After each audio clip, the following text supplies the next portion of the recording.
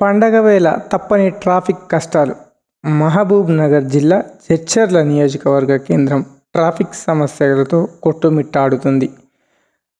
గత ఎలక్షన్లకు ముందల సీఎం కేసీఆర్ జడ్చర్ల సభ వచ్చినప్పుడు స్థానిక శాసనసభ్యుడిగా ఉన్న లక్ష్మారెడ్డి ట్రాఫిక్ పోలీస్ స్టేషన్ అడిగారు.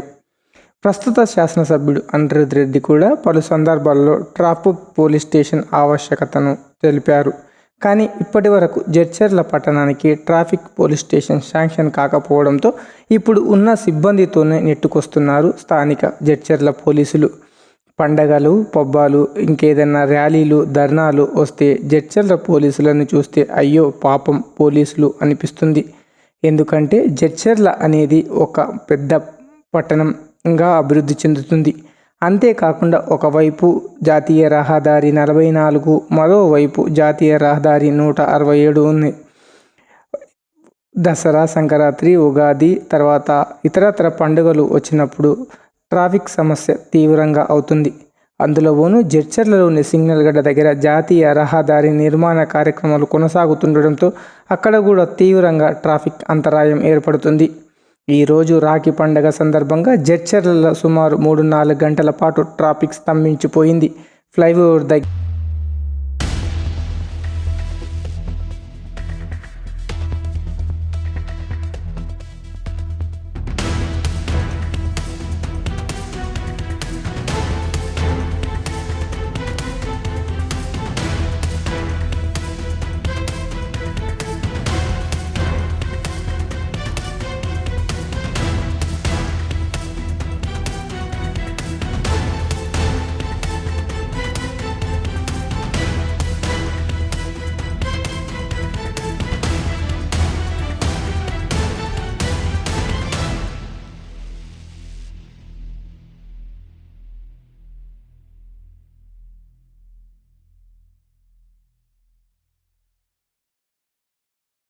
ఇప్పుడు మీరు విజువల్లో చూస్తున్నారు కదా, సుమారు ఫ్లైఓవర్ దగ్గర నుండి బస్సులు బయటకు వచ్చే బవర్చి హోటల్ దాకా ట్రాఫిక్ తీవ్రంగా జామ్ అయింది.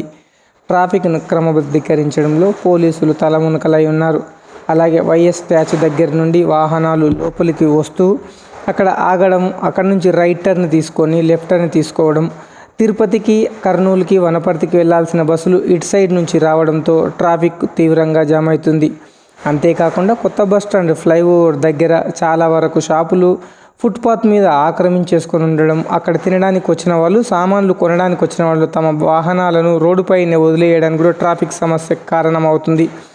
రోడ్డు మీద ప్రభుత్వ స్థలాన్ని కబ్జా చేసేసి షాపులు నిర్వహిస్తూ ఒక్కొక్క షాపుకు 15,000 నుంచి 25,000 రూపాయల కిరాయిలు వసూలు చేస్తున్నారు. దీనిపైన కూడా మున్సిపల్ చైర్మన్, మున్సిపల్ కమిషనర్, కౌన్సిలర్లు నిమ్మకు నీరెత్తినట్లున్నారు.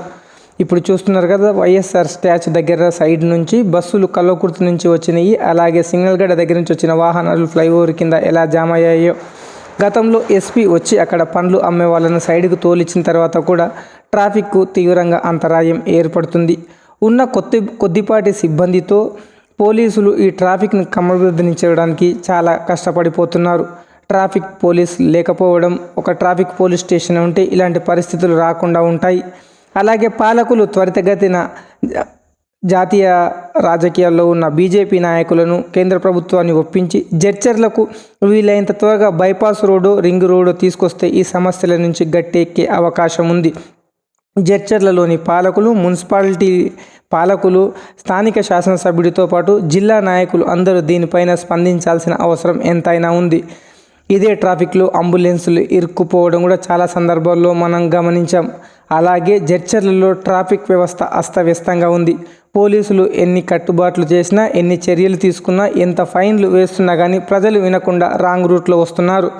ఆరాధ్య మాట నుండి కౌరంపేట నుండి వచ్చిన వాళ్ళు ముందుకు వెళ్ళి పోలీస్ స్టేషన్ దగ్గర యూటర్న్ చేసుకోవడం కాకుండా డైరెక్ట్గా రైట్ టర్న్ తీసుకొని ఎదురు రావడంతో ప్రమాదాలతో పాటు తీవ్రంగా ట్రాఫిక్ అంతరాయం ఏర్పడుతుంది. దీనిపైన పాలకులు, పోలీసులు ఒక నిర్ణయానికి వచ్చి ఏదైనా ఆల్టర్నేట్ దారి ఏర్పాటు చేయకపోతే భవిష్యత్తులో చాలా కష్టపడాల్సి వస్తుంది. ఈ వార్త మీకు నచ్చినట్లయితే షేర్ చేయండి, లైక్ చేయండి, సపోర్ట్ చేయండి, సబ్స్క్రైబ్ చేయండి.